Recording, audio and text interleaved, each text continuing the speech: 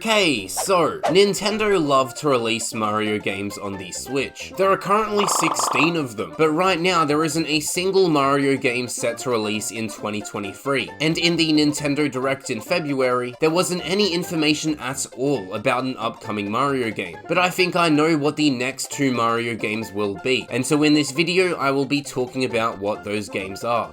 Now, my dad's brother's dog is actually a therapy dog at Nintendo, so I have insider information about what's happening over at the Nintendo headquarters in Japan. So this video is going to be completely factual and will not include any speculation whatsoever. Now, I'm 99% sure that one of the next Mario games will be a sports game, and I'll talk about what sport that game will be based on in just a second. Back in January of 2021, Nintendo bought a game studio that goes by the name of Next Level Games. Now, this game studio developed all of the Mario Strikers games, the previous two Luigi's Mansion games, Punch-Out and Metroid Prime Federation Force. Then if you take a look at all of the Mario Sports series, there are 5 of them, and the only one that doesn't have a game on the Nintendo Switch is the Mario Baseball series. So considering that a bunch of the games that Next Level Games have made for Nintendo have been Mario Sports games, and that the only Mario Sports game that hasn't been released on the Switch is a baseball game, it's quite obvious to me that we're going to be getting a Mario Baseball game on the Switch. On top of this, there have also been leaks of a new Mario Baseball game. I'll have those linked in the description if you want to read them. And then you take into consideration that the incredible motion controls that the Joy-Cons have would work perfectly for pitching a baseball and for batting. With all of these factors combined, I find it hard to believe that a Mario Baseball game won't be released on the Switch. And I reckon it will be announced in the next Nintendo Direct in a couple of months, as Nintendo would want to give people a Mario game to look forward to.